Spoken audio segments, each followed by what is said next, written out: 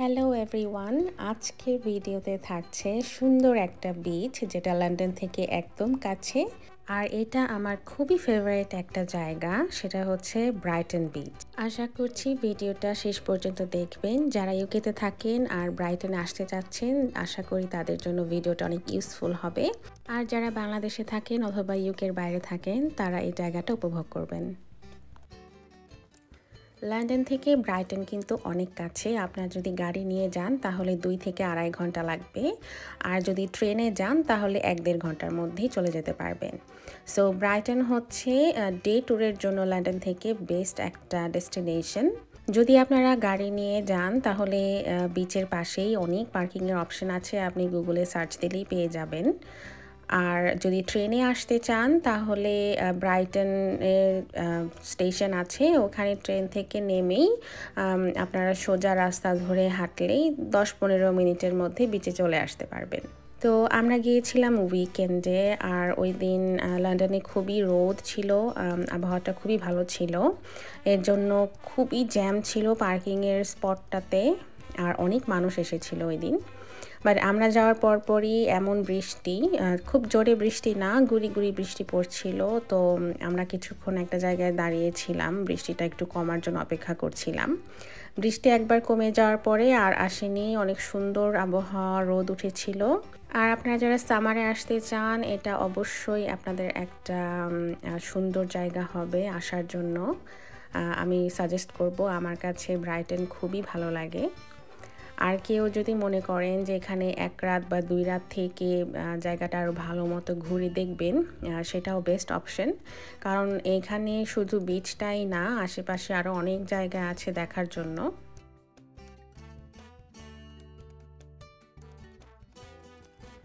Brighton হচ্ছে payable beach, এই পুরোটা জুড়ে এরকম ছোট ছোট নুড়ি পাথর।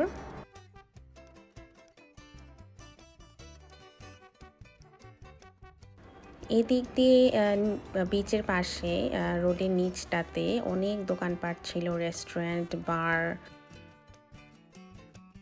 আমরা একটু সামনে হাঁটছিলাম, একটু বসার জায়গা খুঁজছিলাম। আপনারা যদি মনে করেন বাসা থেকে খাবার নিয়ে আসবেন, একটা পিকনিকের মতো, সেটাও করতে পারেন। আমরা বাসা থেকে খাবার নিয়ে গিয়েছিলাম। তো সামনে বেঞ্চ আছে বসার মতো, ওখানে বসে পিকনিকের মতো করতে পারেন।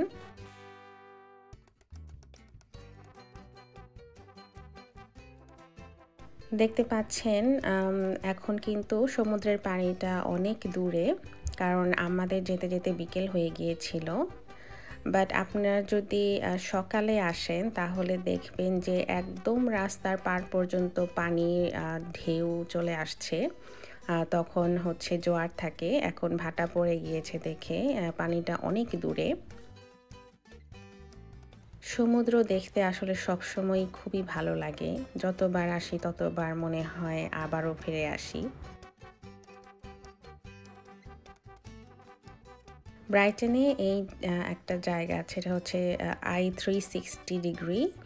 এখানে একটা পড আছে গোল, ওটাতে টিকিট কেটে ঢুকতে হয়, ওটা গ্লাস দিয়ে আটকানো। ওটা আপনাকে একদম উপরে নিয়ে যায় আবার নিয়ে আসে, আর এতে করে আপনি একটা 360 ডিগ্রি ভিউ পাবেন ব্রাইটনের। সমুদ্রের পাড়ে আসলে বাচ্চারা খুবই এনজয় করে, আর এইটা কিন্তু বাচ্চাদের নিয়ে আসার জন্য অনেক বেস্ট একটা জায়গা আমি বলবো।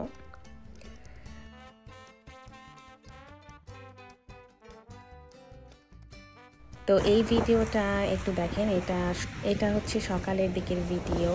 একদম সমুদ্রে কত ঢেউ দেখতে পাচ্ছেন, এত সুন্দর লাগে এই ঢেউয়ের শব্দটা।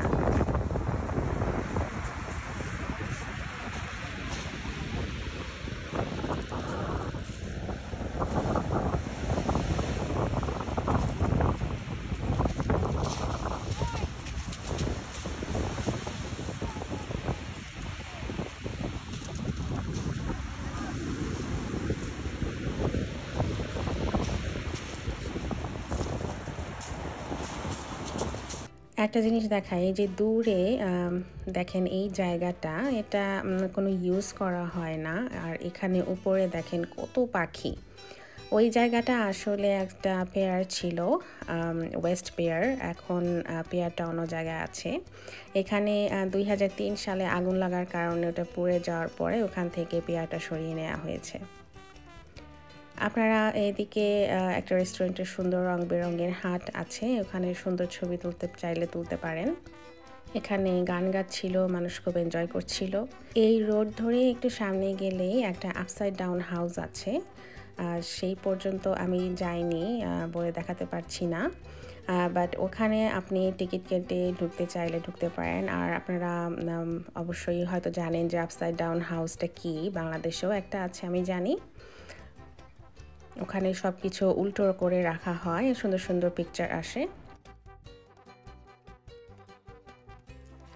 দেখতে পাচ্ছেন 360 ডিগ্রি পটটা এখন একদম উপরে। যেটা বলছিলাম সকালের দিকের পানি কিন্তু একদম এই পর্যন্ত চলে আসে। আর এখানে কিন্তু টয়লেট ফ্যাসিলিটি আছে, কিন্তু মনে রাখবেন টয়লেট কিন্তু 6টার মধ্যে বন্ধ হয়ে যায়।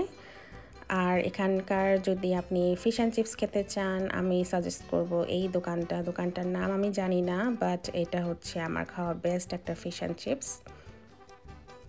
আর এই দোকানগুলোর ফুডও কিন্তু ওরা 6টার সময় বন্ধ করে দেয়।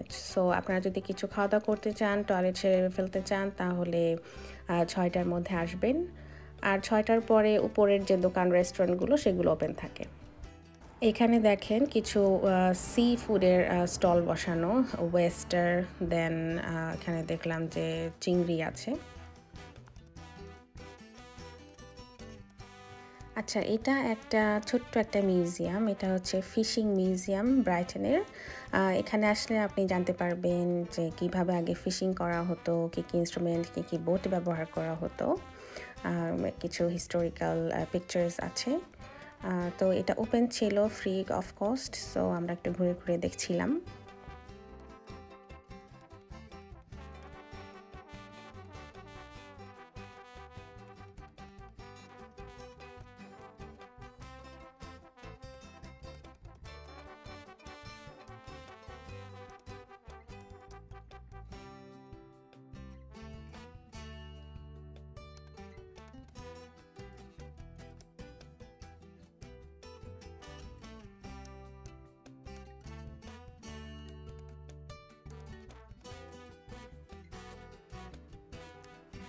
এখানে বিচের পাশে অনেক সুন্দর সুন্দর ছোট ছোট ইন্ডিপেন্ডেন্ট শপ ছিল। আর ইন্ডিপেন্ডেন্ট শপগুলোতে কিন্তু সবসময় নতুন এবং ক্রিয়েটিভ জিনিসপত্র পাওয়া যায়।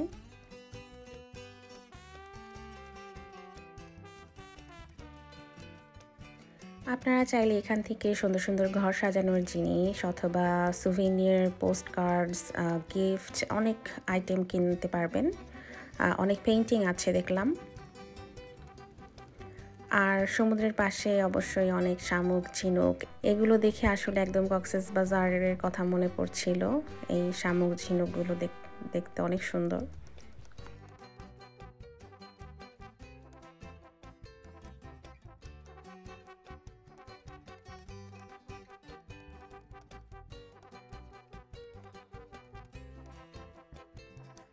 এখানে বাচ্চাদের বিনোদনের জন্য অনেক ধরনের রাইড আছে।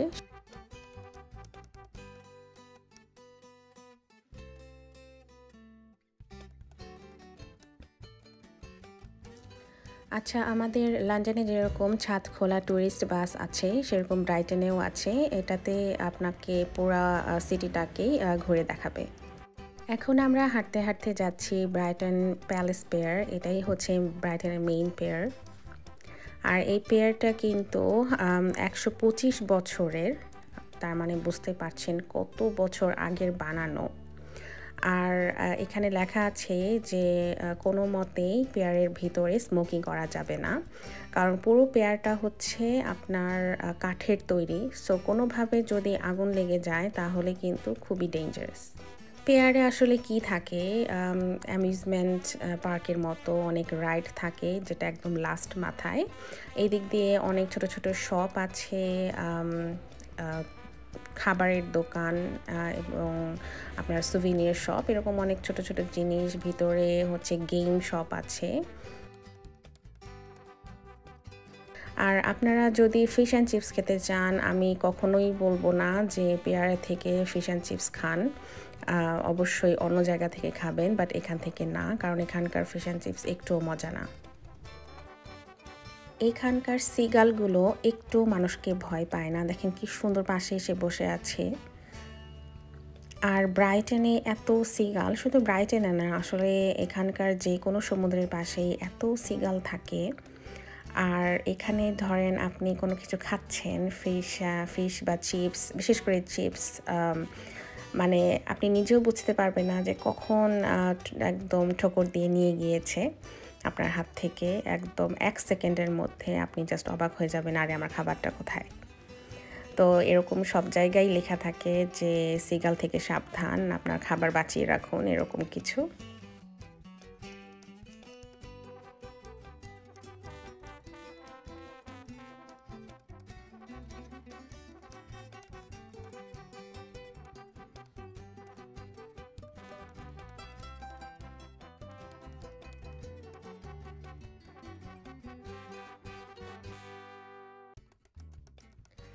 এখানে পেয়ারের পাশগুলোতে একটু পরপর দেখবেন দূরবীন আছে, যেগুলো দিয়ে আপনি অনেক দূর পর্যন্ত দেখতে পাবেন। কিন্তু এগুলো কিন্তু ফ্রি না, ওখানে কয়েন দিয়ে তারপরে দেখতে হয়।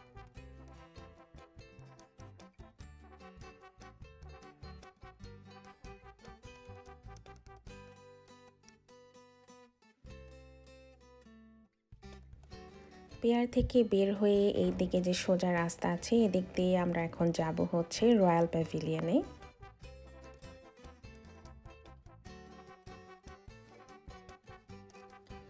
রয়্যাল প্যাভিলিয়ন অন্যরকম এক সুন্দর বিল্ডিংটা, দেখতে মনে হয় যে একটা মসজিদ, একটা ইন্ডিয়ান একটা ভাইব আছে। তো বিল্ডিংটা বানানো হয়েছিল ইন্ডিয়ান আর্কিটেকচার থেকে ইন্সপায়ার্ড হয়ে। আর এই রয়্যাল প্যাভিলিয়ন বানানো হয় 1787 সালের দিকে। আর এটা বানিয়েছিলেন কিং জর্জ IV, ওনার হচ্ছে প্লেজার প্যালেস হিসেবে। ব্রাইটনে উনি আসার পরে ভাবলেন যে এখানে একটা সুন্দর থাকার মতো জায়গা দরকার, এর জন্য উনি ইন্ডিয়ান আর্কিটেকচার থেকে ইন্সপায়ার্ড হয়ে এইরকম ডিজাইনের একটা ওনার প্যালেস বানিয়েছিলেন। তো প্যালেসটার পুরো চারপাশে সুন্দর বাগানটা দেখতেও চমৎকার। 2 বছর আগে আমরা যখন এসেছিলাম তখন আমরা ঢুকতেই পারিনি, কারণ পুরো জায়গাটাতেই রেনোভেশন চলছিল। এখনও কিছু কিছু জায়গায় দেখতে পাচ্ছেন যে কাজ চলছে, এজন্য আমি সামনে থেকে ভালো করে ভিডিও করতে পারিনি। এই রয়্যাল প্যাভিলিয়ন কিন্তু প্রথম বিশ্বযুদ্ধের সময় একটা ক্ষণস্থায়ী হসপিটাল হিসেবে কাজ করেছে ইন্ডিয়ান আর্মিদের জন্য। আর রয়্যাল প্যাভিলিয়নের ভিতরে যারা ঢুকতে চান সেই অপশন আছে, এখানে টিকিট কেটে ঢোকা যাবে। ওদের ওয়েবসাইটে গেলে আপনি টাইমিং এবং টিকিট প্রাইস সব পেয়ে যাবেন।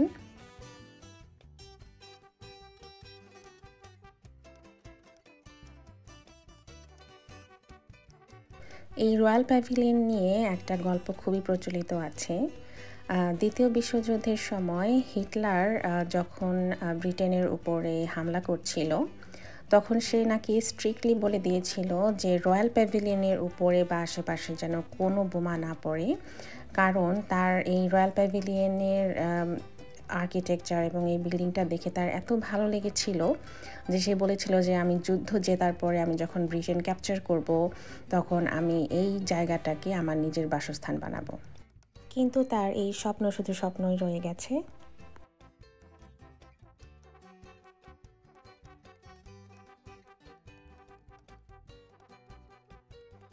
ভিতরের গার্ডেনটাতে অনেক সুন্দর সুন্দর ফুল, অনেক সুন্দর সুন্দর গাছ।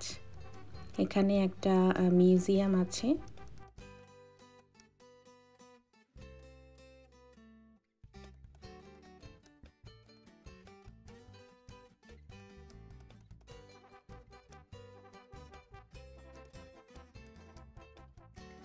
তো যাওয়ার আগে ফিশ অ্যান্ড চিপস খেয়ে আমরা রওনা হয়ে গেলাম। তো এই ছিল আজকের ভিডিও। আশা করি সবাই খুব এনজয় করেছেন। ভালো লাগলে লাইক করবেন, কমেন্ট করবেন, আর আমার চ্যানেলে নতুন হয়ে থাকলে অবশ্যই সাবস্ক্রাইব করবেন।